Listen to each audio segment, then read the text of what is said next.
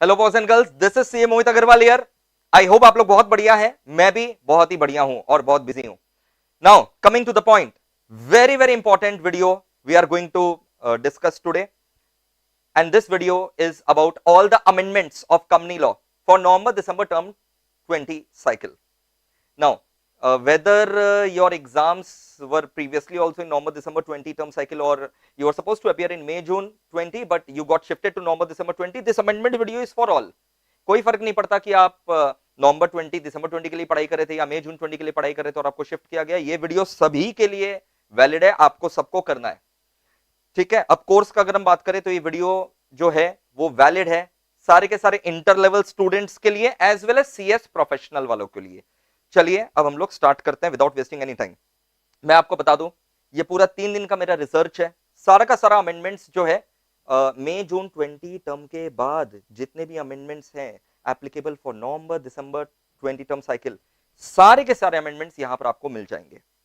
और ये बहुत ही ब्यूटीफुल नोट्स मैंने आपके लिए प्रिपेयर किया 14 पेजेस का। खाली इस 14 पेजेस का नोट्स को आपको पूरा अच्छे से चाड़ जाना है, जो अभी हम लोग करेंगे। ये नोट्स अवेलेबल है मेरे टेलीग्राम चैनल पे, जो इनफैक्ट आज ही लॉन्च हुआ है, तो वहां पर जाकर के आप जो है ये नोट्स जो है ले सकते हैं, ठीक है। इसके अलावा मैं सारा सर्कुलर्स जो है वो भी आपको दिखाऊंगा। ऐसा नहीं है कि कुछ भी अमेंडमेंट में उठा करके पढ़ा दूंगा, ऐसा बिल्कुल नहीं है। Line by line systematic way में हम लोग अमेंडमेंट्स करेंगे चैप्टर वाइज। चलिए आइए, मेरा काम जो है ये वीडियो शूट करने का बहुत ही और आपका वीडियो देखने का बहुत ही हल्का हो गया because of these superb hand written notes that I have prepared myself. चलिए देखो भाई, तो जिनको मई जून 20 टर्म का अमेंडमेंट्स जो है वो करना है, उसका मैं आई बटन में लिंक दे दूंगा, वहां से कर लीजिएगा। चलो अब हम लोग वीडियो को स्टार्ट करते हैं। Total 16 circulars, notifications and amendment in rules जो है वो आए हैं।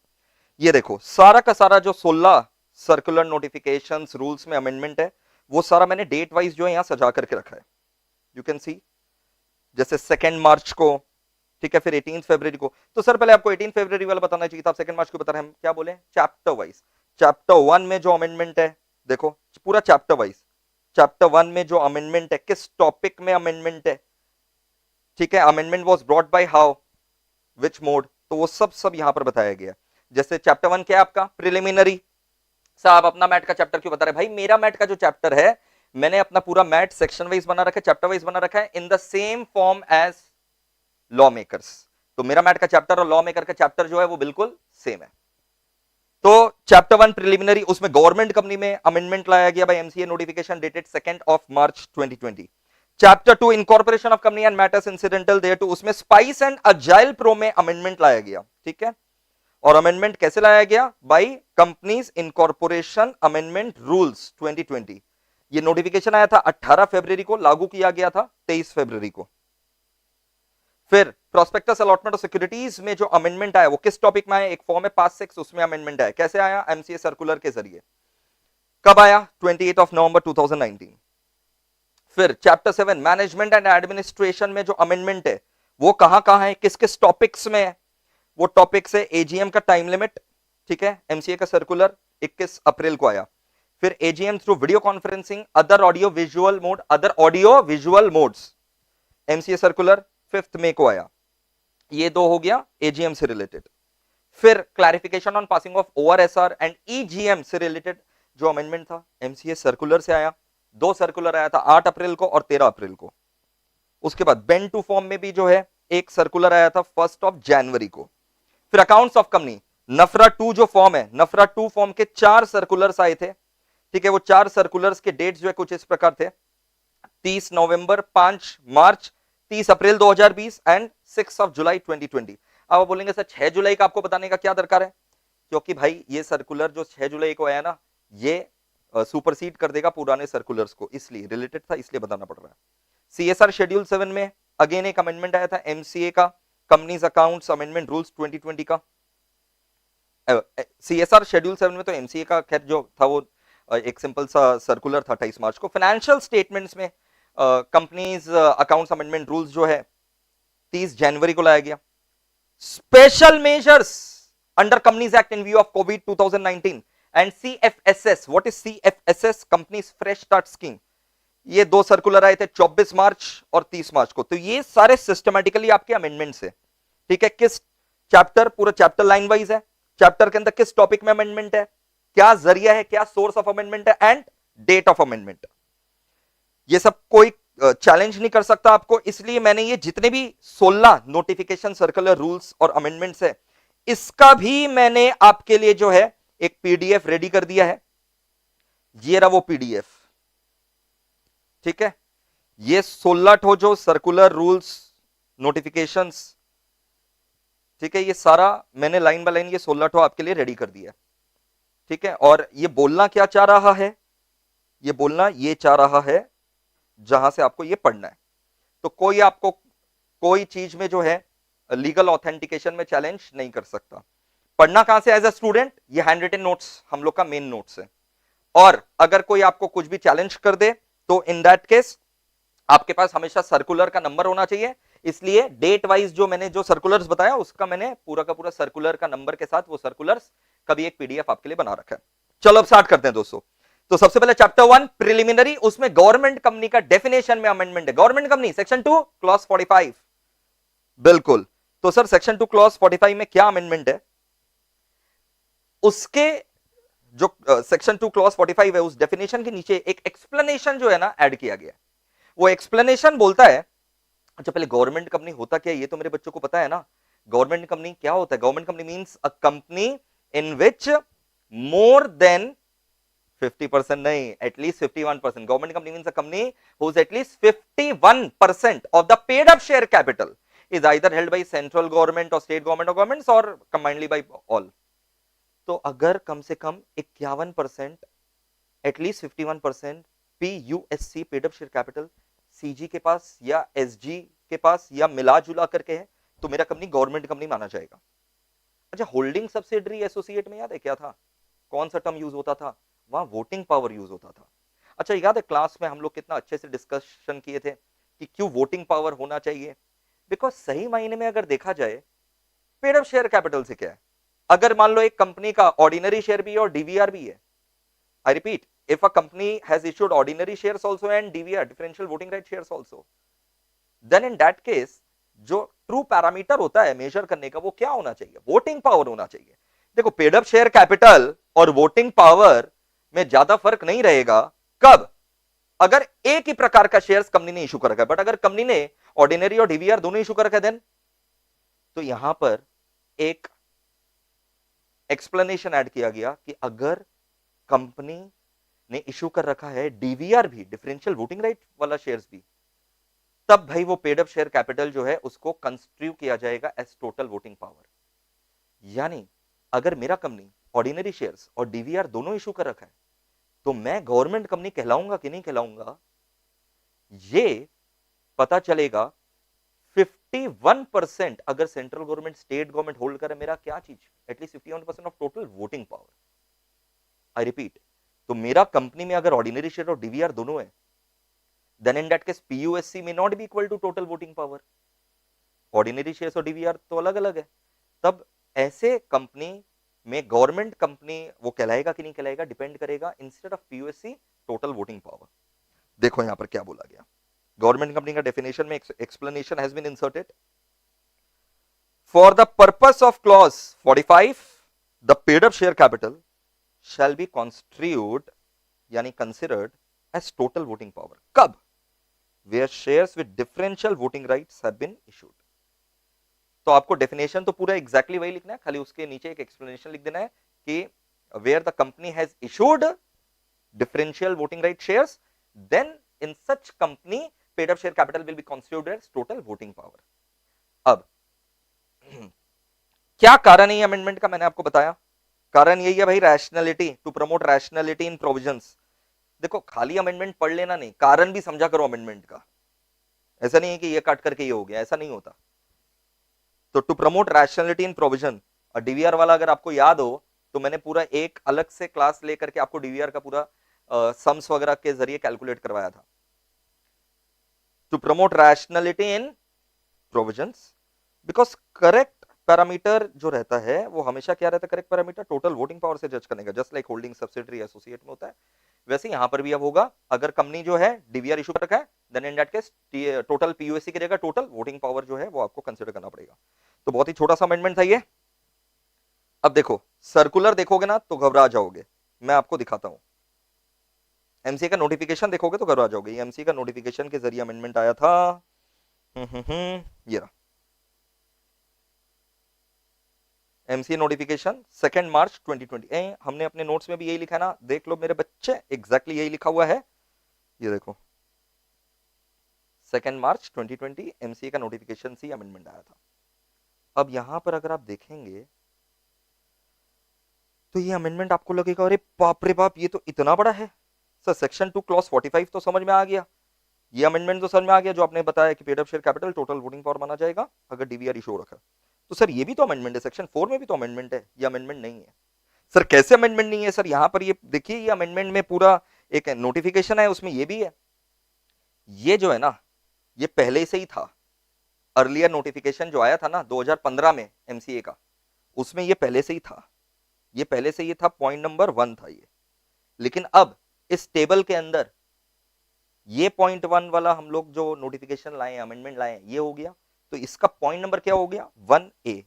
तो ये अमेंडमेंट ये पहले ही था, इसका पॉइंट नंबर 1 से 1A हो गया, ठीक है। इसलिए तो ये मैं आपको बताना चाहता था ताकि आप इंटरप्रेट कर सके अमेंडमेंट, इसलिए, और कोई कारण नहीं था।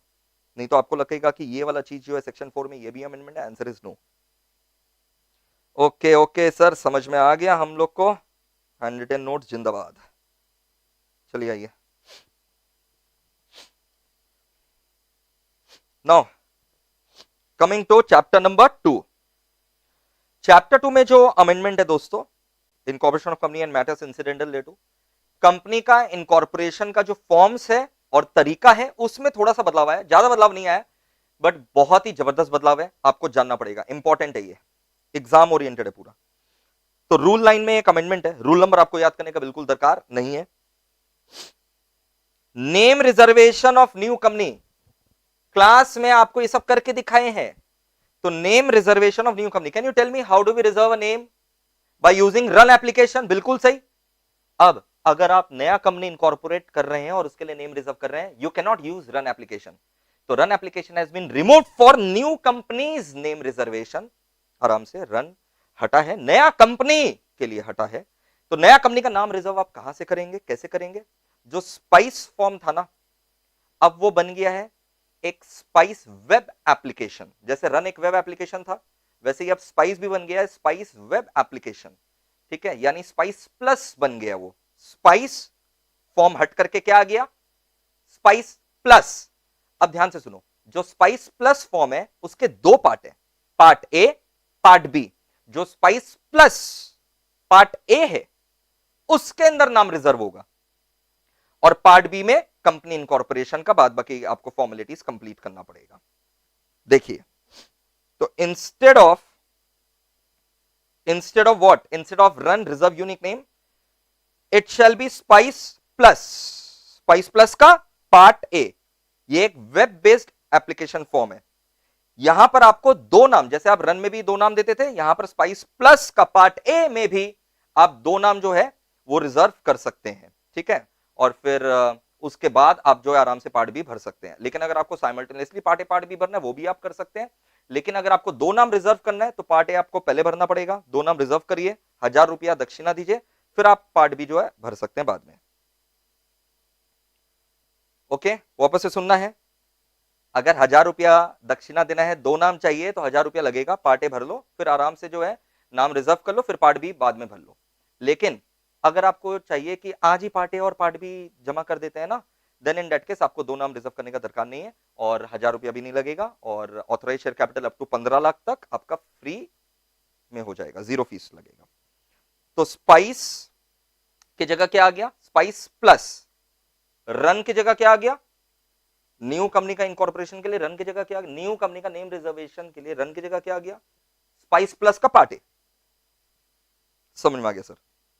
अभी मैं एमसीए का वेबसाइट आपको खोल करके दिखा रहा हूं, पहले एक बार यहां पर देख लो। जहां जहां स्पाइस ऑकर करेगा आपको क्या यूज करना है, जहां जहां आपने स्पाइस वर्ड यूज करना है, अब आप क्या यूज करेंगे, स्पाइस प्लस। स्पाइस प्लस का पूरा नाम क्या है, simplified performer for incorporation of companies electronically तो है, प्लस INC32। तो स्पाइस प्लस का पूरा नाम है simplified performer for incorporating companies electronically plus INC32। ये रहा, simplified performer for incorporating company electronically plus INC32।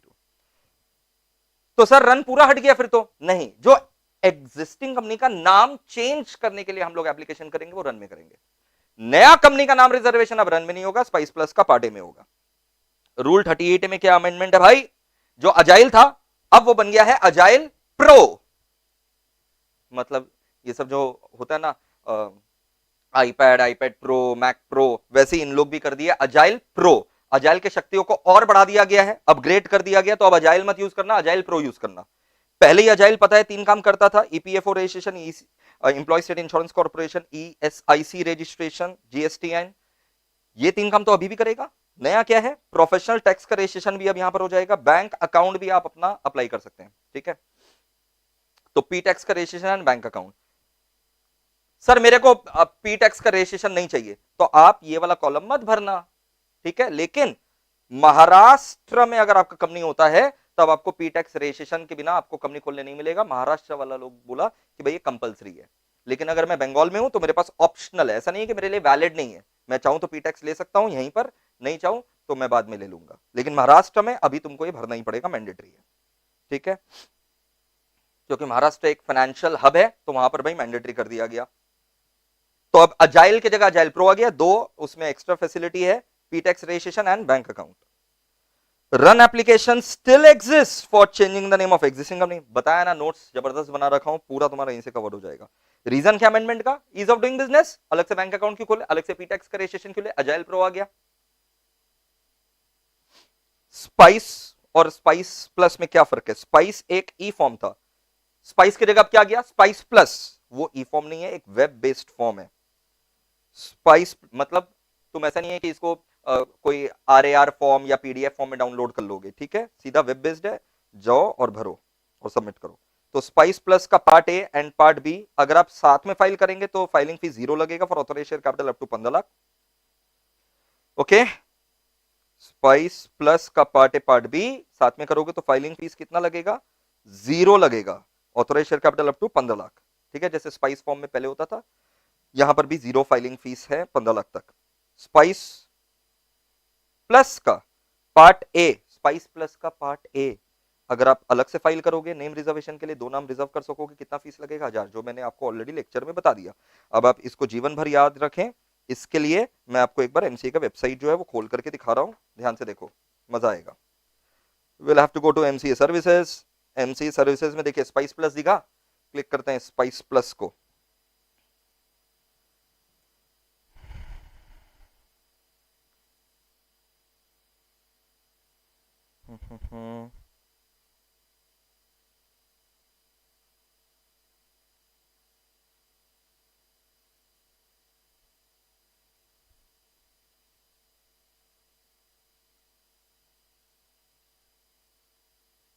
Let us see. Let me log in, checking the password. तो आई होप क्लियर है आप लोग को। अब मैं आपको कुछ इंपॉर्टेंट जो है ना एमसीक्यूज के व्यू पॉइंट से 2-4 चीज दिखा रहा हूँ, प्लीज देखना। आइए देखिए,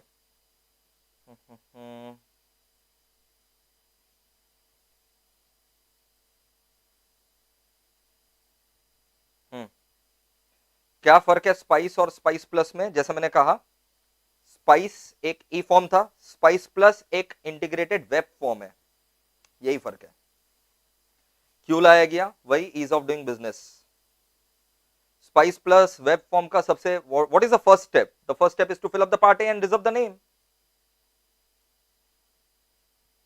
लॉग इन करो जैसे मैंने किया और करो वैसे। पार्ट ए देखो, what is part A of Spice Plus, can it be filed separately? Names of company can be, name या names can be reserved in part A of Spice Plus. अगर applicant wants to apply for name incorporation and other integrated services together, then he can fill up together part A and part B.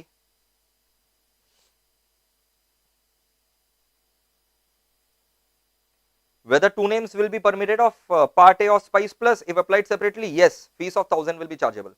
अच्छा, बहुत सारे बच्चों का ये भी doubt आ गया होगा देखते देखते कि सर रन में तो 20 दिन के लिए नाम रिजर्व होता था, यहाँ भी 20 दिन के लिए आप नाम रिजर्व कर सकते हैं, और एग्जिस्टिंग कंपनीज के लिए 60 दिन। वो कहां से होगा, स्पाइस प्लस से कि रन से? रन से। कोई डॉक्यूमेंट्स अटैच वगैरह करना है? नहीं, कोई डॉक्यूमेंट पार्टी में अटैच नहीं करना है। लेकिन अगर आप सेक्टोरल रेगुलेटर के अंडर आते हैं, जैसे मान लो मैं म्यूचुअल फंड कंपनी खोल रहा हूं, तो मेरे को सेबी से एनओसी अटैच करना ही पड़ेगा, नो ऑब्जेक्शन सर्टिफिकेट। तो कोई डॉक्यूमेंट है? नहीं। लेकिन सेक्टोरल कंपनी के लिए हाँ, एनओसी।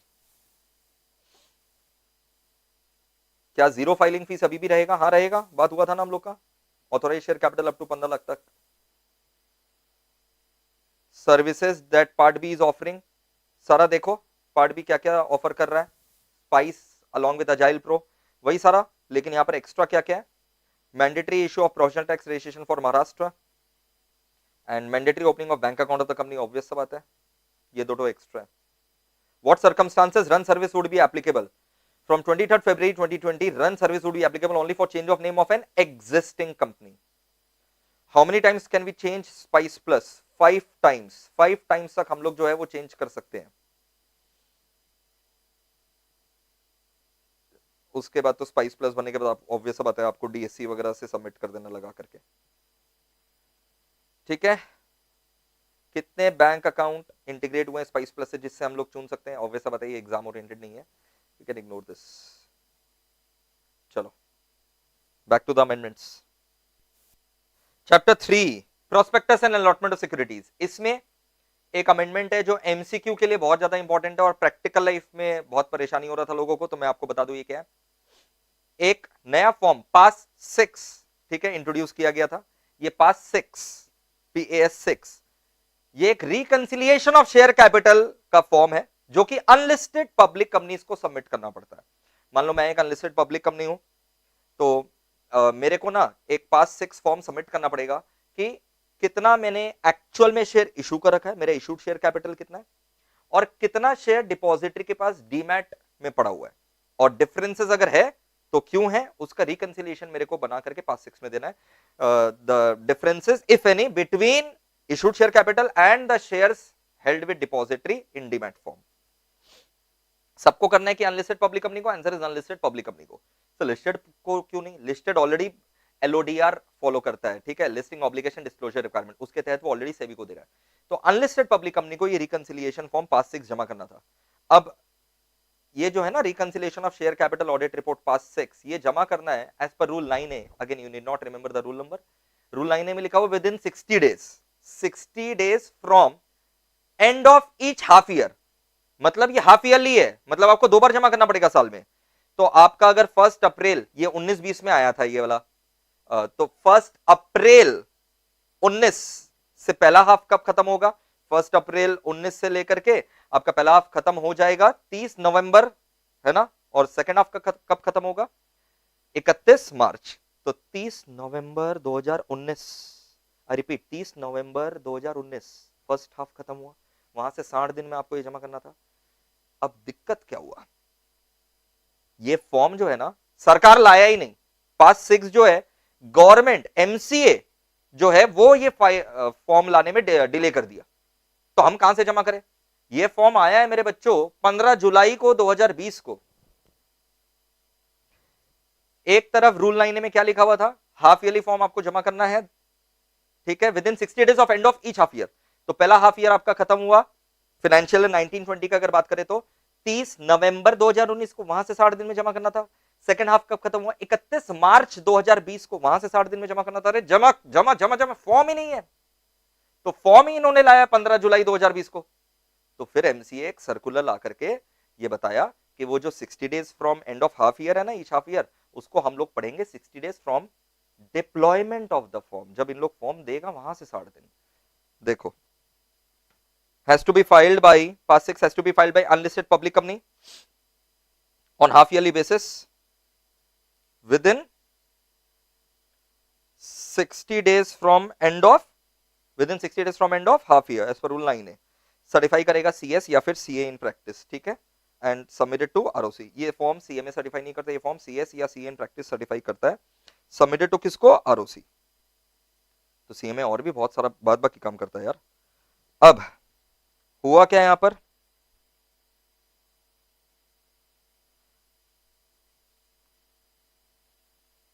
पर्पस क्या इस फॉर्म का, to bring to notice of ROC and depositories difference observed in issued capital and capital held in demat form which I have explained। ये ना फॉर्म ना एग्जेम्प्टेड है, Nidhi company, government company, wholly owned subsidiary को जमा नहीं करना पड़ता, याद रखना, ऑब्जेक्टिव के लिए आ सकता है। अब जो पहला पास 6 फॉर्म था ये 60 डेज में जमा करना था, कहां से, 30 सितंबर 2019, अप्रैल मई जून जुलाई अगस्त सितंबर, नवंबर नहीं होगा ना, 6 महीना कहां एंड होगा, 30 सितंबर को एंड होगा। हाँ मैंने 30 नवंबर बोला था लेकिन 6 महीना कहां एंड होगा, 30 सितंबर। तो ये फॉर्म जो है आपको कब डिप्लॉय करना पड़ेगा बताओ, ये फॉर्म डिप्लॉय हुआ है एमसीए द्वारा 15 जुलाई को, तो पास 6 इन्होंने दिया ही है 15 जुलाई, हम लोग को बोल रहे थे भाई 30 सितंबर से 60 दिन में जमा करो, लाया है आपने 15 जुलाई को, तो इसलिए अमेंडमेंट आया and now due date of filing PAS 6 30 सितंबर and 31 March both 60 days from date of deployment, यानी 15 जुलाई से 60 दिन, फाइनल आंसर 13 सितंबर 2020 तक अगर आप जमा करेंगे तो माना जाएगा आप पूरा कंप्लायंस कर रहे हैं। ठीक है, तो इसका final answer actual due date है 13 सितंबर 2020। हालांकि हम बता दें कि कंपनीज फ्रेश स्टार्ट स्कीम के तहत जितना भी आप डिले करें 30 सितंबर तक आप आराम से जमा कर दीजिए, आपका एक्स्ट्रा फाइलिंग फीस नहीं लगेगा, extra filing fees, late filing fees नहीं लगेगा 30 सितंबर तक अगर आप जमा कर दे। लेकिन अगर इसका ऑब्जेक्टिव में ड्यू डेट आया तो इसका ड्यू डेट है 13 सितंबर, और अगर पूछा सीएफएसएस के हिसाब से बता दो तब 30 सितंबर, तब तो सारे फॉर्म का 30 सितंबर। तो ये बहुत बढ़िया अमेंडमेंट था दोस्तों, यहां पर सरकार का गलती था इसलिए ये अमेंडमेंट लाना पड़ा। अब evergreen chapter 7 management and administration, इसमें एजीएम और ईजीएम अमेंडमेंट है। सबसे पहले एजीएम उन कंपनियों का जिनका फाइनेंशियल ईयर एंड 31 दिसंबर 19 को हो गया था। सर 31 मार्च को होता है, 31 दिसंबर को कैसे हो गया, बिल्कुल हो सकता है, अगर उन्होंने परमिशन ले रखा होगा और कंसोलिडेट करने के लिए, बिल्कुल हो सकता है, हम लोग पढ़ रखे हैं फाइनेंशियल ईयर में। तो फाइनेंशियल ईयर अगर इनका एंड हो गया 31 दिसंबर 2019 को, तब एजीएम कहां से करेंगे, कोविड चल रहा था ना, 31 दिसंबर 2019 से नॉर्मली कितना रहता है 15 months from last AGM, 6 months from end of financial year, तो यहां से 6 महीना तो भाई 30 जून हो रहा है, उस समय तो मार्च अप्रैल मई जून में तो कोविड आ ही गया था भयानक रूप पे चरम सीमा पर। तो यहां पर सर्कुलर लाया गया और बोला गया instead of 6 months from end of financial year, जो टाइम लिमिट होता है एजीएम का, one of the time limit है 6 months from end of financial year, they can conduct their AGM, obviously सब आता है अदर देन फर्स्ट एजीएम, क्योंकि first AGM के लिए तो ऐसे भी 9 मंथ है, तो अदर देन फर्स्ट एजीएम ये वाला फाइनेंशियल ईयर के इन लोग कर सकते हैं 9 months from the end of financial year, मतलब जो 6 मंथ्स है भाई वो 9 मंथ्स हो गया, तो सर फर्स्ट एजीएम के लिए अरे उसमें तो ऑलरेडी 9 मंथ्स है। रीजन क्या अमेंडमेंट का, कोविड 19। अब sir what about those companies whose AGMs financial years will be, what about those companies AGM whose financial year will be ending on 31 March 2020, उनको बोला गया भाई आप चाहो तो video conferencing audio visual mode से कर लो, other audio visual mode, other audio visual modes. अब ये बहुत ध्यान से अपने सुनते हैं, फोकस अच्छे से सुनिएगा, बड़ा मजा आएगा। एजीएम और ईजीएम एनुअल जनरल मीटिंग और एक्स्ट्राऑर्डिनरी जनरल मीटिंग के लिए पूरे कंपनीज एक्ट 2013 में रूल्स में कहीं पर भी ऐसा नहीं है कि आप मीटिंग ही वीडियो कॉन्फ्रेंसिंग से कर लें। Yes, postal ballot under 110 is there, e voting facility under 108 is there, but meetings through video conferencing mode no provision exists.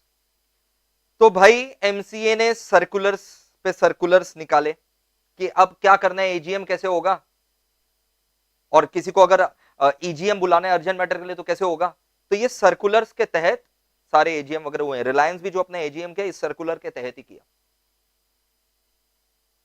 अब ये सर्कुलर जो है which deals with AGM through video conferencing यानी VC और OAVM other audio visual modes, इसको दो category में बांटा गया, for companies which are required to provide the facility of e voting और those who have opted to provide facility of e voting, जो हम लोग 108 में पढ़ते हैं, जिसका इक्विटी शेयर लिस्टेड है रिकॉग्नाइज्ड स्टॉक एक्सचेंज पर, या फिर ऐसा कंपनी जिसमें कम से कम 1000 मेंबर्स है, और दूसरा category other companies. Now let us talk about the first category. What are we dealing with, we are dealing with AGM through VC और OAVM. For companies which are required to provide facility of what, e voting, या फिर those who have chosen to give such facility. तो पहला category जो e voting वाला में आता है, इनको बोला गया भाई एजीएम करोगे तो ऑर्डिनरी बिजनेस डिस्कस करना वो तो करना ही पड़ेगा अड्डा, plus only urgent special business matter. सारा ऐसा नहीं कि आप कोई भी स्पेशल बिजनेस डिस्कस कर लें, बिल्कुल नहीं, उसको अवॉइड करिए, केवल वही स्पेशल बिजनेस मैटर आप डिस्कस करिए विच इज वेरी अर्जेंट। और कौन बताएगा अर्जेंट है कि नहीं, बीओडी डिसाइड करेगा, ठीक है। ओबी आप डिस्कस करो, only those items of the SB which are considered unavoidable by BOD. अब आपको तो पता है एजीएम के पहले फिजिकल कॉपीज जाते हैं फाइनेंशियल स्टेटमेंट का, बोर्ड रिपोर्ट का, ऑडिटर्स रिपोर्ट का। ये बोला गया भाई सबको, सारे कंपनीज को जो सेक्शन 136 वाले हैं सारे के सारे को यही बोला गया कि जो 136 का कंप्लायंस करना है वो आप ईमेल में भेजो, फिजिकल कॉपी नहीं जाएगा। Instead of sending physical copy of financial statement, board report, auditors report, they shall be send by email. किनको, जिनको जाता है मेंबर्स को, डिवेंचर ट्रस्टी को, other persons who are entitled.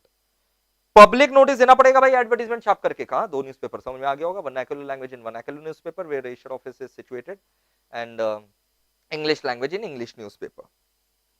अब ये पब्लिक नोटिस में हम लोग प्रचार कर रहे हैं एडवर्टीजमेंट में 7 बात।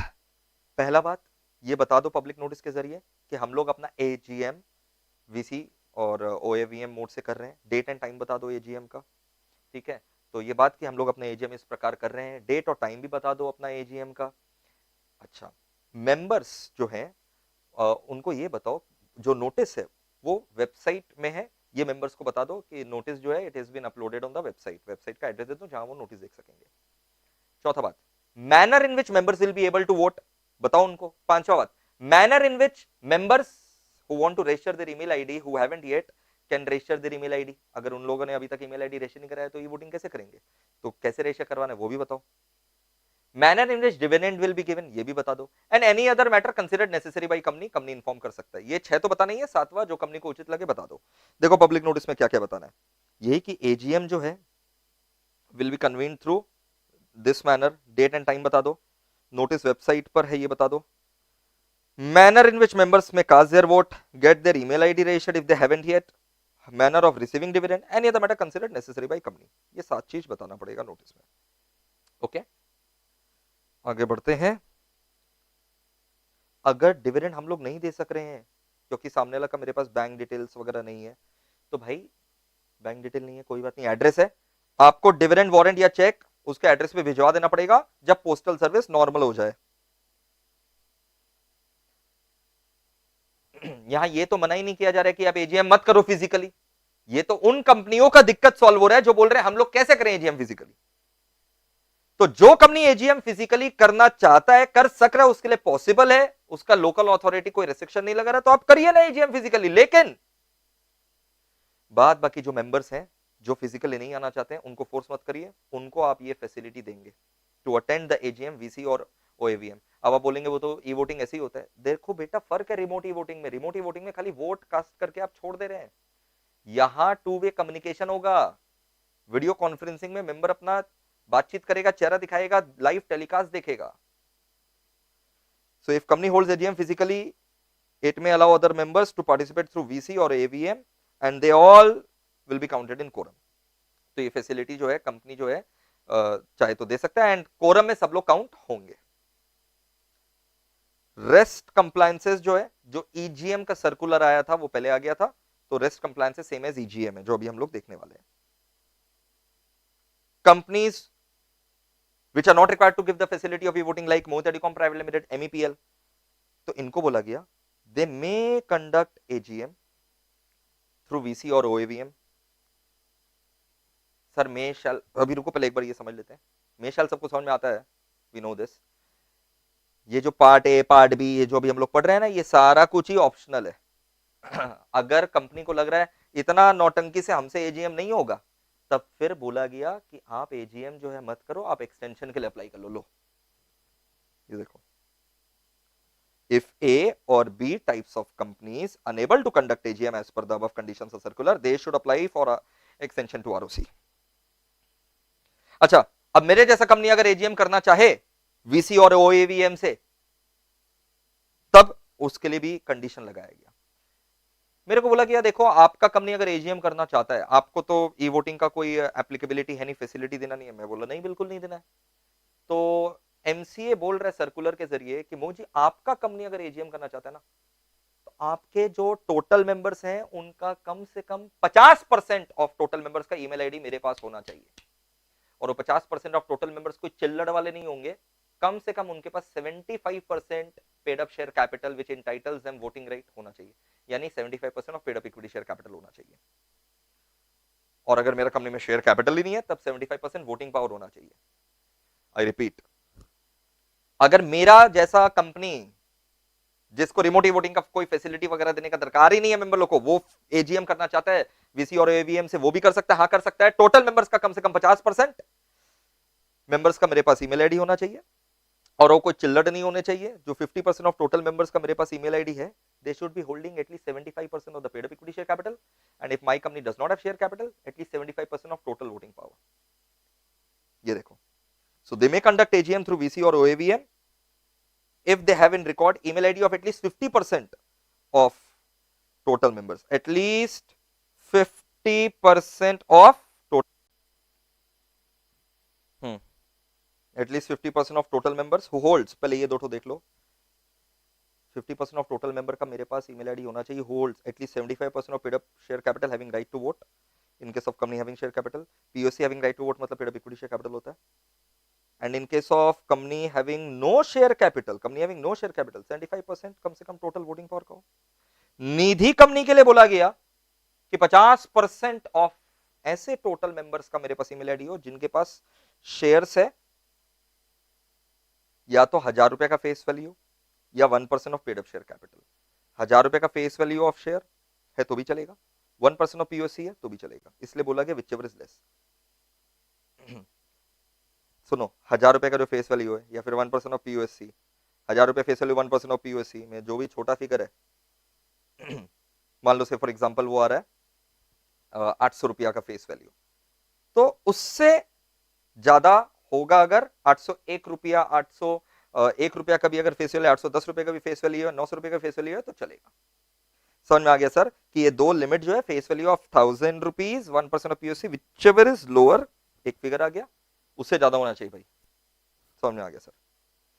ठीक है, तो ये नोट्स का कमाल है, बहुत बढ़िया ढंग से आपके लिए बनाया हुआ है। अब आगे बढ़ रहे हैं दोस्तों, और फिर इन लोग को भी अपना एजीएम, ये बी टाइप वाले कंपनी को ये कंडीशन एक्स्ट्रा है, बाद बाकी सारा कंडीशन है ए टाइप कंपनीज। मतलब ये भी क्या डिस्कस करेंगे, ऑर्डिनरी बिजनेस डिस्कस करेंगे, ओनली दो स्पेशल बिजनेस मैटर डिस्कस करेंगे which are considered unavoidable by BOD. इन लोग भी अपना एजीएम के पहले जो एफएस यानी financial statement board report, audit report भेजेगा, ईमेल के जरिए भेजेगा। इन लोग भी जो है एडवर्टीजमेंट करेगा न्यूज़पेपर में, 2 न्यूज़पेपर में, और उसमें वो 7 डिटेल्स वगैरह जो है वो लिखेगा। और इन लोग भी डिविडेंड जो है अगर नहीं भेज सकेगा तो जब पोस्ट नॉर्मलाइज होगा तब भेजेगा।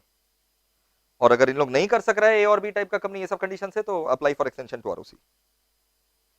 अब हम लोग आ रहे हैं clarification, I use the rubber, no problem, you have the notes.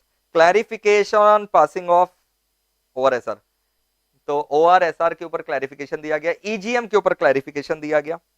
ठीक है, जैसे मैंने आपको पहले बताया था कि कोई स्पेसिफिक प्रोविजन तो है नहीं थ्रू वीसी और ओएवीएम, तो कोविड 19 को मद्देनजर रख करके अगर ईजीएम अनअवॉइडेबल है तो ही करिएगा, वो भी ये सारे कंडीशंस को फॉलो करके। अब आइए ये सारे कंडीशंस जो अपने एक एक करके देखते हैं। वही टाइप ए कंपनी जो रिमोट वोटिंग का फैसिलिटी वगैरह जिनको देना पड़ता है, तो type A companies and type B company same, जैसे एजीएम में टाइप ए टाइप बी था, यहां पर same type A type B divide किया गया। इनको बोला गया अगर ईजीएम करोगे ना तो जो डेटा है, ट्रांसक्रिप्ट है, सेफ कस्टडी में उसको रखना पड़ेगा। और अगर आप एक पब्लिक कंपनी है तो वेबसाइट पर अपलोड करना पड़ेगा। अंटायर ट्रांसक्रिप्ट यानी जो वीडियो हुआ ईजीएम का, वो आपको रिकॉर्ड करना पड़ेगा, सेफ कस्टडी में रखना पड़ेगा। प्राइवेट कंपनी है तो don't upload on website, but public company है तो वेबसाइट में अपलोड करना मैंडेटरी है। जब आप ईजीएम करेंगे तो डिफरेंट टाइम जोन्स का ख्याल रखेगा। आपके मेंबर्स हो सकते हैं यहाँ नहीं, लंदन में हो, अमेरिका में हो, तो एक कॉमन टाइम जोन ढूंढ लेना जो फिजिबल हो सबके लिए। और 2 वे कम्युनिकेशन होना चाहिए, याद रखना, 2 वे कम्युनिकेशन होना चाहिए। अब मान लो बहुत सारे मेंबर है कंपनी में, तो लाखों मेंबर हो सकते हैं, तो ऐसा कोई नेटवर्क नहीं है जो एक साथ जो है two way communication lakh 2 lakh लोगों को दे दे, इसलिए बोला गया भाई हम लोग समझते हैं, लेकिन आप ऐसा कैपेसिटी रखना जो 1000 members on first come first serve को अलाउ करे। 1000 members can attend on first come first सर्व।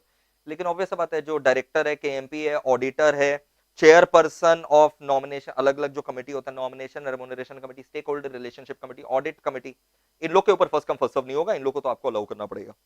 तो capacity to allow minimum 1000 member on first come first serve basis, ठीक है। और लेकिन जो लार्ज शेयर होल्डर्स है, लार्ज शेयर होल्डर यहां पर हो गया जिनके पास 2% से ज्यादा शेयर है, उनको ये लाइन वाइन फर्स्ट कम फर्स्ट सर्व का नहीं माना जाएगा, वो आराम से जो है आ सकते हैं without first come first serve. Promoters, directors, institutional investor यानी mutual fund companies, KMP, chairperson of अलग अलग committee, audit committee, nomination committee, stake holder relationship committee, auditors to attend without first come first serve restriction. Remote voting का तो facility आप ऐसे भी देते थे, अभी भी देंगे। मेंबर्स कोरम में काउंट होंगे जो वीसी ओएवीएम से कर रहे हैं अंडर सेक्शन 103। भाई मीटिंग जब स्टार्ट हो उसके 15 मिनट पहले से ज्वाइनिंग अलाउ करना, और जो शेड्यूल टाइम है मीटिंग का वहां से 15 मिनट तक कम से कम आपको ज्वाइनिंग अलाउ करना है। यानी अगर 10 बजे आपका मीटिंग का शेड्यूल टाइम है तो 9:45 से 10:15 9:45 टू 10:15 आपको ज्वाइनिंग अलाउ करना है। चेयरपर्सन कैसे अपॉइंट होगा सर? आर्टिकल्स में जो लिखा हुआ वही होगा, लेकिन अगर आर्टिकल्स में चेयरपर्सन का नाम नहीं लिखा हुआ है, साइलेंट है, तब देखो यहां पर अगर less than 50 members present in company, नहीं present in meeting including VC OAV में जो हम लोग कोरम काउंट किए हैं, अगर मीटिंग का कोरम 50 से कम मेंबर का है तब तो आप जैसे सेक्शन 104 फॉलो करते हैं वैसे कर लीजिए। 50 और मोर मेंबर्स आर देयर, सीधा पोल से चेयरमैन डिसाइड करो, वेस्ट मत करो समय कि पहले शो ऑफ हैंड होगा फिर ऑब्जेक्शन आएगा तो पोल नहीं। तो बहुत ध्यान से, अपॉइंटमेंट ऑफ चेयरमैन कैसे होगा? आर्टिकल्स के हिसाब से, आर्टिकल साइलेंट है तो less than 50 members are there, possible है शो ऑफ हैंड्स, ठीक है, उसके बाद ऑब्जेक्शन लेना, पोल। लेकिन अगर मतलब 104 फॉलो कर लो, लेकिन अगर 50 या उससे ज्यादा मेंबर्स हैं सीधा पोल से चेयरमैन सेलेक्ट कर लो। कब? जब आर्टिकल साइलेंट है। वोटिंग कैसे होगा? शो ऑफ हैंड से होगा कि पोल होगा? देखो अगर लेस देन 50 मेंबर है तो मैंने क्या कहा, पॉसिबल है शो ऑफ हैंड्स वगैरह करना, तो लेस देन 50 मेंबर है सेक्शन 109 फॉलो करो जहां पर हम लोग डिसाइड करते हैं कि पोल की शो ऑफ हैंड। लेकिन अगर 50 या उससे ज्यादा मेंबर है, ये वोटिंग करके सल्टाओ। प्रॉक्सी काय का लो होगा? तुमको तो वीसी और ओएवीएम में जो है आने मिल रहा है, तुम कितने भी बिजी हो तुम आराम से घर से अटेंड कर सकते हो, तो प्रॉक्सी अलाउड नहीं होगा ये सब मीटिंग में। कम से कम एक इंडिपेंडेंट डायरेक्टर, क्योंकि वो इंडिपेंडेंट है, उसको कंपनी में मुंह आया नहीं है, वो अच्छे से चेक कर सकेगा कि सब प्रक्रिया ठीक से फॉलो हुआ है कि नहीं। So at least one independent director and auditor shall attend the meeting. Notice में पूरा इंस्ट्रक्शंस रहेगा कि आपको मीटिंग कैसे करना है। जितना भी रेजोल्यूशन पास होगा ये सब मीटिंग में 60 डेज के अंदर आपको आरओसी को सबमिट करना है। तो देख रहे हो इतना शानदार नोट्स बनाया हुआ है कि आपको कोई टेंशन ही नहीं होगा, सीधा यहीं से पढ़ लेना। मैंने पूरा सर्कुलर को यहां पर आपके लिए प्रेजेंट कर दिया अच्छे से। अब टाइप बी कंपनीज के लिए सेम, पूरा सेम है, खाली एक मॉडिफिकेशन याद रखना, जो कैपेसिटी था ना 1000 मेंबर्स का फर्स्ट कम फर्स्ट सर्व को अलाउ करना, वो यहां पर 500 रहेगा। Instead of 1000 member capacity in लोग खाली 500 का देगा तो चलेगा। अब आइए चैप्टर 9 वाला अमेंडमेंट की तरफ अपने बढ़ते हैं दोस्तों। ये मस्त वाला अमेंडमेंट है। नफरा टू एक फॉर्म होता है, ये नया फॉर्म नफरा टू जो है ये बोला गया था कि ऑडिटर ऑफ स्पेसिफाइड एंटिटीज, जो एंटिटीज जो बड़े बड़े कंपनीज जो रहते हैं जिनके ऊपर नफरा का पावर एक्सरसाइज करने का, तो अगर मैं वैसे बड़े कंपनी का ऑडिटर हूं, ठीक है, तो मेरे को एक फॉर्म नफरा टू जमा करने बोला गया था। तो फॉर्म नफरा टू एक एनुअल रिटर्न है जो कौन जमा करेगा? ऑडिटर जमा करेगा। ऑडिटर जमा करेगा of such companies by 30th November every year. यानी फाइनेंशियल ईयर अगर हम लोग बात करें 18-19 का, तो 18-19 खत्म हुआ 31 मार्च 2019 को, मेरे को 30 नवंबर 2019 को जमा करना था। लेकिन भाई इन्होंने नफरा टू का फॉर्म ही नहीं दिया 30 नवंबर तक। मेरे को बोल रहे नफरा टू जमा करो 30 नवंबर 2019 को, और आप लोग जो है एमसीए, आप लोगों ने फॉर्म डिप्लॉय किया, कब डिप्लॉय किया बताइए? तो डिप्लॉय किया 9 दिसंबर को, 9th ऑफ, तो 30 नवंबर तक ड्यू डेट था, उसके बाद इन्होंने डिप्लॉय किया 9 दिसंबर। तो फिर ऑब्वियस बात है एक सर्कुलर इनको लाना पड़ा। ड्यू डेट कब था? 30 नवंबर। अब ऑडिटर को टेंशन हो गया, जो अच्छा ऑडिटर है, भाई फॉर्म है कहां? तो एमसी आराम से वेरी कूल 30 नवंबर को ही आकर के बोला, अरे तुम लोग को जो बोले थे ना ड्यू डेट 30 नवंबर, वो हम लोग को पता नहीं क्या हो गया था, हम लोग फॉर्म ही नहीं लेकर के आए। तो आज हम लोग बोल रहे हैं आज ही ड्यू डेट है ना, तो आज तो फॉर्म है नहीं, जब भी आ जाए वहां से यार 60 दिन में जमा कर देना, 90 दिन में जमा कर देना, ऐसा क्या बात है। तो 30 नवंबर को इन्होंने नोटिफिकेशन ला करके बोला भाई 90 दिन में जमा कर देना। अब 90 दिन में तो फिर कोविड का चर्चा होने लगा। वहां से 3 महीने अगर बात करें, दिसंबर, जनवरी, फरवरी, तो फरवरी में अच्छा खासा जो है वो कोविड के ऊपर चर्चा होने लगा था। तो फिर 5 मार्च को इन्होंने सेकंड सर्कुलर निकाला, बोला 90 दिन नहीं, चलो और 60 दिन ले लो, 150 दिन में जमा कर दो। 150 दिन कहां से? From the date of deployment, यानी 9 दिसंबर से। पहले 30 नवंबर का टाइम था, 30 नवंबर तक इन्होंने फॉर्म ही नहीं दिया। नफरा 2 का फॉर्म आया 9 दिसंबर, तो 9 दिसंबर को फॉर्म आया, तो पहले तो बोला गया कि जब फॉर्म आएगा वहां से 90 दिन, 9 दिसंबर से 90 दिन। फिर बोला गया चलो ठीक है, सेकंड सर्कुलर में बोला गया 9 दिसंबर से 150 दिन। फिर भी अब वहां तो कोविड ठीक हुआ नहीं। फिर 30 अप्रैल को तीसरा सर्कुलर आया, बोला और 60 दिन ले लो, 200 दिन। फिर 6 जुलाई को और एक सर्कुलर आया, बोला और 60 दिन ले लो, 270। तो अभी लेटेस्ट पोजीशन क्या है सर? लेटेस्ट पोजीशन ये है कि नफरा 2 आपको जमा करना है 270 दिन के अंदर, from 9th of December 2019, and the final answer 270 days plus 9 December comes to 4th September 2020। तो final answer is 4th September 2020। समझ में आ गया सर? और अगर यहां पर भी आप नहीं करेंगे 4 सितंबर को भी, तो आप सीएफएफएस में चले जाएगा, सीएफएसएस कंपनी फ्रेश स्टार्ट स्कीम, वहां तो ऐसे भी आप सारा फॉर्म 30 सितंबर तक जमा कर सकते हैं। लेकिन अगर आपको सीएफएसएस में नहीं जाना है तो आप आराम से कंप्लायंस अभी भी कर सकते हैं 4 सितंबर तक फॉर्म जमा करके। जो बड़े बड़े ऑडिटर्स हैं, और इन लोग तो बड़े ही ऑडिटर्स हैं, इन लोग आराम से 4 सितंबर तक जमा कर देंगे। चलिए आगे बढ़ते हैं। तो ये समझ में आया नफरा 2, इसके ऊपर अकेला इन्होंने 4 सर्कुलर निकाला, 90 दिन, फिर 60 दिन बढ़ाते गया, 150, 210, 270। शेड्यूल 7 में भाई ये बहुत हल्ला हुआ था न्यूज में, सबको पता है कि पीएम केयर में अगर आप कंट्रीब्यूट करेंगे तो contribution to PM care CSR में इंक्लूडेड है। एक ऑब्जेक्टिव एमसीक्यू में भाई ये इंपॉर्टेंट है, भाई ध्यान रखना, एनबीएफसीज जिनको इंड एस अब कंप्लाई करना है, वो फाइनेंशियल स्टेटमेंट्स के साथ कौन सा फॉर्म जमा करेंगे आरओसी को? AOC for NBFC end S, ये पूरा फॉर्म। और अगर सीएफएस भी जमा करना है, कंसोलिडेटेड फाइनेंशियल स्टेटमेंट भी जमा करना है, तो उस फॉर्म का नाम है AOC for CFS NBFC end S.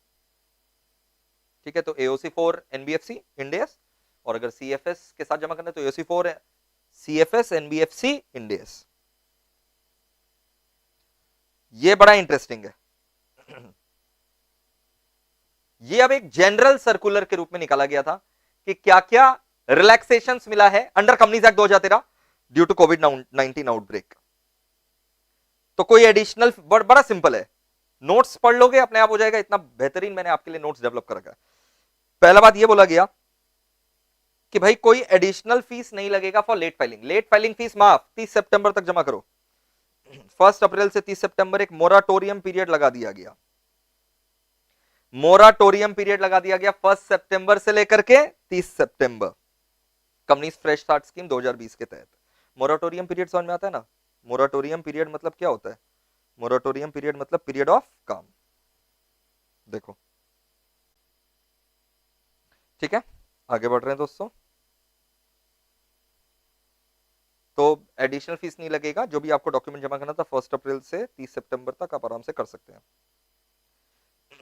2 board meeting के बीच में जो टाइम लिमिट है, 2 कॉन्जिक्यूटिव बोर्ड मीटिंग के बीच में जो टाइम लिमिट रहता है 120 डेज से ज्यादा का गैप नहीं होना चाहिए, लेकिन अब 60 दिन का एक्सटेंशन दे दिया गया। बोला ठीक है यार 180 दिन में कर लेना, नहीं तो क्या था, पहले एक बोर्ड मीटिंग किया तो तुरंत नेक्स्ट बोर्ड मीटिंग 120 दिन के अंदर करना पड़ता था, अब नेक्स्ट बोर्ड मीटिंग आप 180 दिन के अंदर कर सकते हैं।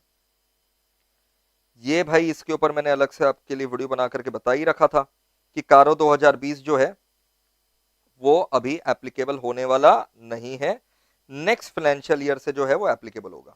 यानी फाइनेंशियल ईयर 2021 खत्म होगा, जब 2021 खत्म होगा 31 मार्च 21 को, उस फाइनेंशियल ईयर के ऊपर ऑडिट रिपोर्ट में जो कारो जाएगा वो कारो 2020 जाएगा। इंडिपेंडेंट डायरेक्टर लोग को ना कैलेंडर ईयर में अकेला एक मीटिंग करना रहता है, जिसमें केवल इंडिपेंडेंट डायरेक्टर रहते हैं, मैंडेटरी नहीं है। ये तो पता ही है। Section 73 sub section 2 clause C में जो हम लोग डिपॉजिट रीपेमेंट रिजर्व बनाते हैं 20% ऑफ डिपॉजिट्स मैच्योरिंग 2021 में, वो आप आराम, अभी तो 2021 ही चल रहा है ना, जो फाइनेंशियल ईयर 2021 चल रहा है उसमें आपको अगर 2021 में 100 करोड़ का डिपॉजिट मैच्योर होना है तो 20% यानी 20 करोड़ 30 अप्रैल तक बंदोबस्त करना पड़ेगा। वो टाइम अब एक्सटेंड कर दिया गया था 30 जून तक, फिर से एक सर्कुलर आया और बोला गया 30 सितंबर तक। तो पहली बार सर्कुलर जब आया था, जो डिपॉजिट रिपेमेंट रिजर्व 30 अप्रैल तक बनाना था 20%, वो बोला गया 30 अप्रैल नहीं, चलो 30 जून। लेकिन अभी लेटेस्ट पोजीशन क्या है, 30 सितंबर। मैंने सारा सर्कुलर का डेट्स वगैरह दे रखा है, और जो स्टार्टिंग में 2 पन्ना था उसमें भी है। जो आप डिवेंचर का इन्वेस्टमेंट करते हैं ना, कम से कम 15% जो इन्वेस्टमेंट या आप डिपॉजिट्स करते हैं शेड्यूल बैंक में, at least 15% of the amount of debenture, उसका भी सेम 30 अप्रैल का डेट बन गया 30 जून, लेकिन सेकंड सर्कुलर में 30 सितंबर, सेम डे ये सब देखो सर्कुलर आया था। तो पूरा गहराई के साथ रिसर्च के साथ ये आपके लिए अवेलेबल है। सेक्शन 10 है, पता है ना? अरे सर्टिफिकेट ऑफ आपको कमेंसमेंट जो है वो कमेंसमेंट अलाउ नहीं होगा जब तक आप जमा नहीं कर देते अपना declaration in form number 20A। तो सेक्शन 10 ने बोला वो जो फॉर्म नंबर 20A है उसके लिए हम लोग आपको बहुत टाइम दे रहे हैं, आप आराम से जमा करो। कितना टाइम दे रहे हैं? Additional 180 days. Normally 180 days from incorporation में को फॉर्म 20A जमा करना पड़ता है, अब वो फॉर्म 20A और 180 दिन आपको एडिशनल टाइम मिल गया। रेसिडेंट डायरेक्टर जिनको पता है 149 सबसेक्शन 3 में रिक्वायरमेंट है during financial year at least 182 days रहेगा, वो इस साल मैंडेटरी नहीं है। कंपनीज फ्रेश स्टार्ट स्कीम 2020 क्या है सर? कंपनीज जितना भी पुराना नॉन कंप्लायंसेस कर रखे हैं, गोली मारो, क्लीन स्लेट से आप स्टार्ट करो। ये फॉर्म भरो आप, सीएफएसएस का एक अलग फॉर्म है, ये आप भर करके क्लीन स्लेट से आप स्टार्ट कर सकते हैं। We can start compliances from clean slate by complying the pending non compliances. इससे आपको इम्यूनिटी मिल जाएगा, जो प्रोसिक्यूशन पेनल्टी लगने वाला था बच जाएंगे। नॉर्मल फाइलिंग फीस लगेगा, लेट फीस नहीं लगेगा, इम्यूनिटी ग्रांट हो जाएगा प्रोसिक्यूशन से, पेनल्टी से। अगर आप एक इनएक्टिव कंपनी, आप डोरमेंट का स्टेटस के लिए अप्लाई कर सकते हैं, लेकिन ये स्कीम एप्लीकेबल नहीं है। आप इसका फायदा नहीं उठा सकेंगे किन किन को? जिन्होंने खुद स्ट्राइकिंग ऑफ के लिए अप्लाई किया, या फिर जिनके खिलाफ स्ट्राइकिंग ऑफ का फाइनल नोटिस जो है उसका एक्शन जो है हम लोग इनिशिएट कर दिए। देखो, company against which action for final notice for striking off is initiated, या फिर जिसने खुद स्ट्राइकिंग ऑफ के लिए अप्लाई किया। जो कंपनी अमलगमेट हो चुका है अब वो क्या करेगा, वो तो गया। जो ऑलरेडी डोरमेंट कंपनी का स्टेटस ले रखा है उसके लिए स्कीम नहीं है। जो वैनिशिंग कंपनी जो लास्ट 2 साल से आरओसी को कोई डॉक्यूमेंट जमा नहीं किया, अगर लिस्टेड है तो सेबी को 2 साल से जमा नहीं किया डॉक्यूमेंट्स, उसको वैनिशिंग कंपनी बोलता है। उन लोग भाई बहुत जबरदस्त पापी है, उन लोग को ये फायदा नहीं मिलेगा सीएफएसएस का। जो आप authorise share capital SF7 increase in authorise share capital, ठीक है, ये अगर आपने जमा नहीं किया है तो ये सीएफएसएस में नहीं आएगा। वैसे चार्ज का जो फॉर्म्स है, चार्ज का जो फॉर्म है CHG 1489, ये सीएफएसएस में नहीं आएगा। इसमें हम लोग जो है कोई छूट कोई बरतने वाले नहीं है। तो भाई ये था नोट्स का कमाल कि हम लोग इतना जबरदस्त क्रिस्पी वे में सारे अमेंडमेंट्स पटापट कर लिए without wasting even a single second. Time waste नहीं होना चाहिए, एकदम पढ़ाई होना चाहिए, इसी उम्मीद से मैंने ये अमेंडमेंट क्लास आपके लिए शूट किया था। ये सारा अमेंडमेंट्स आपका कवर हो गया सेक्शन 1 से लेकर के 148, 149 से 470 जो अमेंडमेंट्स है वो इससे कम है, वो आपको 2 दिन के अंदर जो है वो भी अवेलेबल करवा दिया जाएगा। वो सारे फाइनल वालों के लिए रहेगा, and CS executive and professional both. तो देख लो एक बार यहां से, अब ये वाला देखो, समरी समझ में आएगा। प्रिलिमिनरी में क्या अमेंडमेंट था, just give me 2 minutes. Preliminary में क्या अमेंडमेंट था? गवर्नमेंट कंपनी का definition section 2 clause 45, MC notification आया था। सेकंड सर डेट भी याद रखना नहीं भाई, एक्सप्लेनेशन अमेंडमेंट क्या वो याद रखना, एक्सप्लेनेशन था। एक्सप्लेनेशन में क्या बोला गया? If the company has issued DVR then instead of total paid up share capital it will be considered as total voting power. Incorporation of company में स्पाइस की जगह क्या आ गया? स्पाइस प्लस आ गया। क्या फर्क है? स्पाइस एक ई फॉर्म था, स्पाइस प्लस एक वेब इंटीग्रेटेड फॉर्म है। इसका 2 हिस्सा है, part A part B. Part A में आप नाम रिजर्व कर सकते हैं, 2 नाम रिजर्व कर सकते हैं, 1000 रुपया लगेगा। और पार्ट बी में आप रेस्ट जो डिटेल्स है इनकॉर्पोरेशन के लिए भर दीजिए। रन अब हट चुका है, नया कंपनी का नाम रिजर्वेशन के लिए, एग्जिस्टिंग कंपनी के लिए है। अजाइल की जगह क्या आ गया है? Agile pro. अब इसका कोई अलग से फॉर्म नहीं है, ये आप साथ में जो है मैंने बताया वेब इंटीग्रेट हो चुका है। इसमें दो एक्स्ट्रा फैसिलिटी मिला है, एक बैंक अकाउंट एंड एक mandatory registration of professional tax for Maharashtra and optional for others. Prospectus में क्या अमेंडमेंट था, पास 6 वाला, इसका यही था। पास 6 क्या था, reconciliation form of share capital, ठीक है, इशूड शेयर और डीमैट में जो शेयर है वो टैली होना चाहिए, तो उसका रिकंसिलिएशन फॉर्म पास 6 का। इसमें क्या दिक्कत था, इसमें दिक्कत ये था कि फॉर्म ही डिप्लॉय नहीं हुआ था, लेट डिप्लॉय हुआ, इसलिए टाइम एक्सटेंड करने के लिए सर्कुलर लाया गया। टाइम लिमिट ऑफ एजीएम, जिनका फाइनेंशियल 31 दिसंबर को खत्म हो रहा था उनके लिए बोला गया कि आप 6 महीना नहीं 9 months from the end of financial year में कर सकते हैं। एंड बाद बाकी कंपनी जिन लोग एजीएम वगैरह कर रहा है, ठीक है, सारी कंपनीज इनफैक्ट जिन लोग एजीएम कर रहे हैं वीसी ओएवीएम से, उन लोग के लिए सर्कुलर लाया गया। एक कंपनी का टाइप बनाया गया जिनको ये वोटिंग फैसिलिटी देना है, और दूसरा टाइप रहा जो ये फैसिलिटी नहीं देते हैं क्योंकि उनके ऊपर ये सब एप्लीकेबल नहीं है। ये दोनों कंपनीज को बोला गया कि अगर आप वीसी ओएवीएम फॉलो करेंगे, इससे एजीएम करेंगे, आपको सर्टेन कंडीशंस लगाया गया।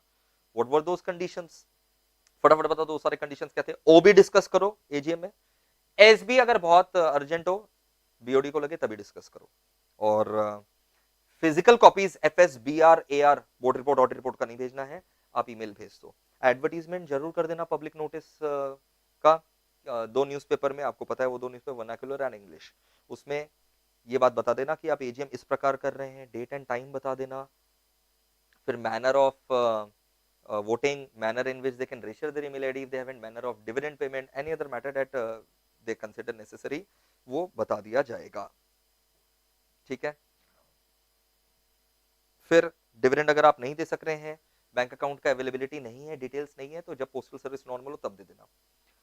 बाद बाकी कंपनीज के एजीएम कर सकते हैं, हाँ सारा कंडीशन सेम ही है, लेकिन यहाँ पर एक और कंडीशन ये डाल दिया गया कि जो बाद बाकी कंपनीज हैं जैसे एमईपीएल, उसमें जो टोटल मेंबर्स हैं उसका कम से कम 50% ऑफ टोटल मेंबर का मेरे पास ईमेल आईडी हो, और ऐसा 50% of total member those who are holding 75% of paid up share capital entitling the voting right, and POC नहीं है तो 75% of voting power in case of company having no share capital. और Nidhi company में क्या बोला गया कि they should be holding more than 1000 rupees face value of share और 1% of POC whichever is less.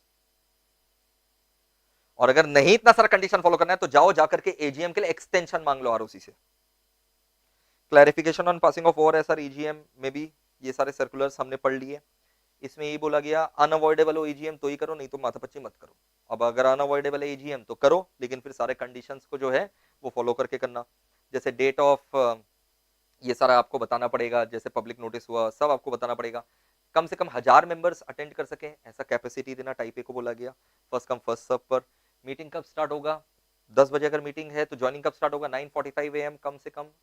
आप और जल्दी अलाउ करो बट 9:45 कम से कम अलाउ कर देना। एंड कब तक अलाउ करोगे ज्वाइनिंग, 10:15 तक कम से कम। फर्स्ट कम फर्स्ट सर्व में auditor, large share holders holding more then 2% of the shares, chairperson of NRC, SRC, AC यानी ऑडिट कमिटी, डायरेक्टर केएमपी, इन लोग नहीं आएंगे। प्रॉक्सीज कहीं पर काउंट नहीं होगा, एजीएम ईजीएम वीसी से आप कर रहे हो तो प्रॉक्सीज काउंट नहीं होगा, ठीक है। तो ये सब ध्यान में रहे। और ओआरएसआर जो भी पास करोगे 60 दिन में आपको आरओसी को बताना पड़ेगा। हाँ, एक बेन टू फॉर्म था उसका टाइम लिमिट, ये एक छोटा सा ही अमेंडमेंट था इसलिए मैंने यही लिख दिया, 31 मार्च तक आपको जमा करना था। सेक्शन 90 में जो बेनिफिशियरी टू फॉर्म है इसका टाइम लिमिट एक्सटेंड कर दिया था 31 मार्च, और ऐसे भी आप सीएफएसएस के हिसाब से तो 30 सितंबर तक आप जमा कर ही सकते हो। और सीएफएसएस को गोली भी मारे तो जो जनरल सर्कुलर है उससे भी 30 सितंबर है, लेकिन कोई एग्जैक्ट डेट अगर आपको पूछेगा तो ये सब बताना, और फिर पूछेगा सीएफएसएस क्या है तब 30 सितंबर। नफरा 2 में तो भाई चमत्कार ही हो गया, बड़ा वाला चमत्कार। फॉर्म जो था वो हम लोग को जमा करना था 30 नवंबर को, 30th ऑफ नवंबर हम लोग के लिए ड्यू डेट निकाला गया था, लेकिन 30 नवंबर को फिर सर्कुलर आया और बोला गया नहीं यार 90 डेज में जमा कर देना जब डिप्लॉयमेंट हो, ठीक है। फिर वापस से सर्कुलर आया और बोला गया अब 60 दिन बढ़ाते जाओ, 150, फिर 210, फिर 270। सीएसआर शेड्यूल 7 बिल्कुल पीएम केयर फंड जो है वो माना जाएगा। ये नफरा फाइनेंशियल स्टेटमेंट का ये वाला जो अमेंडमेंट आया था, ये वाला जो अमेंडमेंट था financial statement companies accounts amendment rule 2020, ये अपना वो वाला अमेंडमेंट था दोस्तों जिसमें एनबीएफसी जिसको इंडेस फॉलो करना है वो अपना जो फॉर्म जमा करेगा वो कौन सा जमा करेगा, AOC for NBFC Ind AS, और जो सीएफएस भी जमा करेगा वो जमा करेगा AOC for CFS NBFC Ind AS. Special measures in view of कोविड-19 एंड सीएफएसएस हमने पढ़ लिया बहुत अच्छे से, ये दो सर्कुलर। ठीक है, तो ये पूरा समरी था आपके लिए। I hope you have liked it. Please please please अच्छे से ये सब नोट जो है ना, खाली ट्रस्ट मी 1 घंटा खाली दे दो, 1 आवर अगर आप दे दोगे ना ये अमेंडमेंट नोट्स पढ़ने में, आपका पूरा काम जो है वो आराम से हो जाएगा। Just give 1 hour to read this beautiful amendment notes. अभी अगर पढ़ लोगे फ्रेश एकदम वीडियो देखो, अभी अगर पढ़ लोगे ना 1 घंटा भी नहीं लगेगा, और इतना सिंपल मैंने आपके लिए कर दिया ये पढ़ाई को। प्लीज अच्छे से पढ़ लीजिए, यही मेरा गिफ्ट रहेगा। वीडियो अगर अच्छा लगा हो तो पता है आपको क्या करना है, मुझे बोलने का दरकार नहीं है, लाइक जरूर कर देना और सब्सक्राइब कर लेना चैनल को और शेयर कर देना सब लोगों के साथ। Thank you, lots of love, all the best.